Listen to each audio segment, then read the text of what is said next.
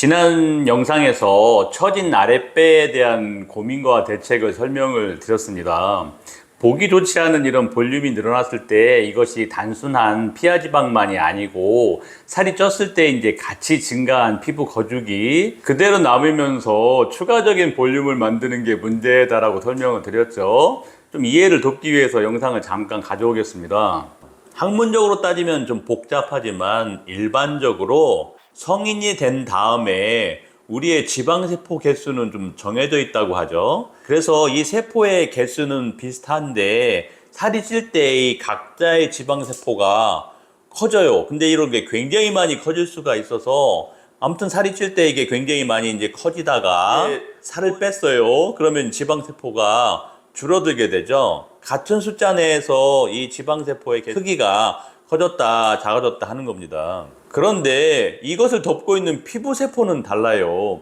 피부세포는 많이 늘어날 수가 없기 때문에 밑에서 지방이 많이 증가하면 이걸 덮어줘야 되니까 피부세포가 세포 분열을 하면서 개수가 많이 늘어납니다.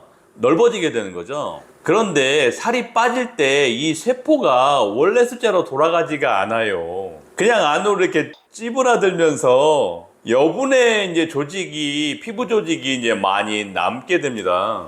이것이 반복되면서 복부의 볼륨을 추가로 만들게 됩니다.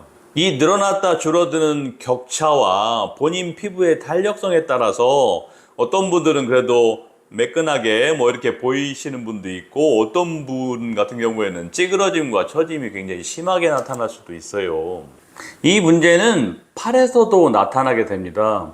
복부 아랫배 같은 경우에는 이런 문제가 뭐 처짐이 생기는 분도 있지만 찌그러짐만 좀 심하게 나타나는 분도 있어요. 그런데 팔의 경우는 찌그러짐은 사실은 별로 많지 않고 이런 모양으로 이제 처지게 되는 경우가 있습니다. 이런 분들이 많이 있으시죠. 팔의 단면을 좀 볼까요? 상완에 이제 한 개의 뼈가 있고 여기에 이제 여러 가지 근육들이 붙어 있죠. 이 기본 구조가 남달리 두꺼워서 고민하는 분들도 있는데 이건 좀 변화를 만들기 어려워서 논외로 하고요.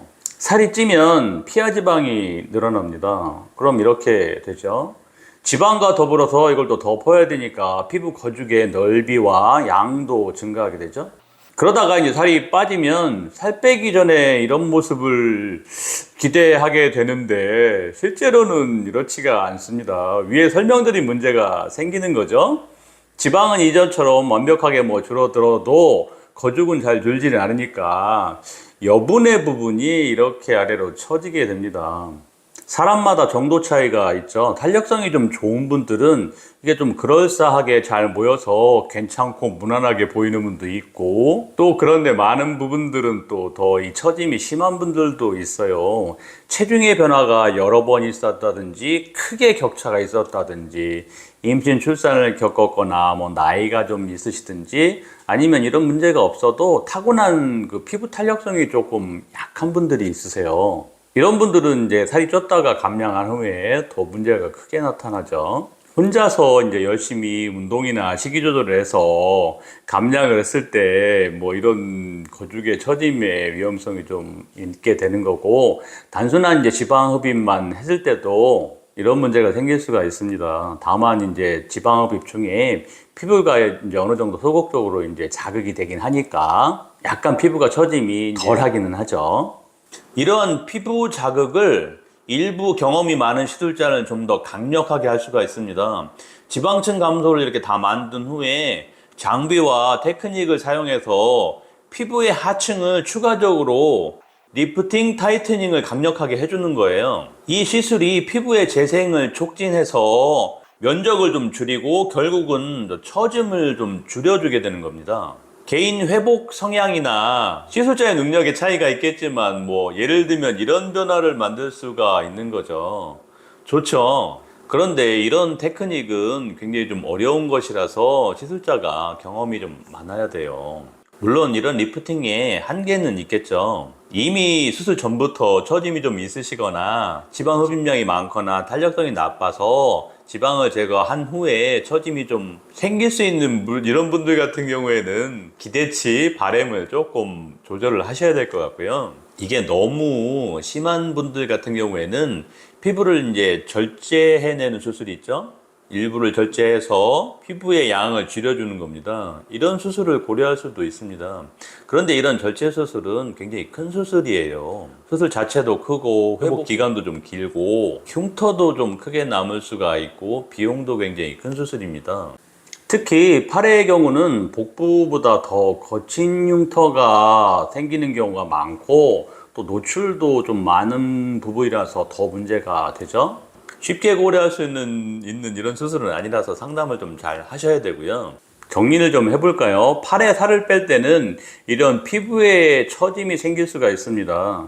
특히 이미 좀 처짐이 있으시거나 처질 위험성이 많은 아까 말씀드린 그런 분들 같은 경우에는 특히 이제 고려를 해보셔야 되고요. 말씀드린 피부를 절제해내는 가장 강력한 방법이 있지만 팔의 경우는 좀 신중하게 결정을 하셔야 될 것 같고 다른 많은 시술들이 광고되고도 추천되고 있죠. 다양한 코주파, 초음파, 레이저, 플라즈마를 이용한 이런 리프팅 시술들도 있고 또 다양한 종류의 실을 이용한 이런 시술들도 있죠.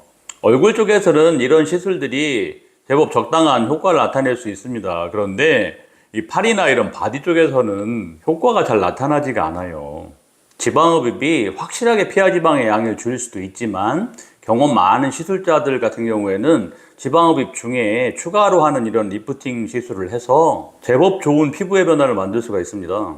물론 다량 피부를 절제하는 그런 것보다는 못하겠지만 앞에 말씀드린 다양한 시술들에 비해서는 훨씬 더 강력한 효과를 나타내고요. 그런 시술들에 비해서 비용적으로도 굉장히 유리합니다. 경험이 많은 시술자를 만나서 과거의 이력과 현재 상태에 대해서 잘 상담을 하시고 현명한 도전을 하셨으면 좋겠습니다.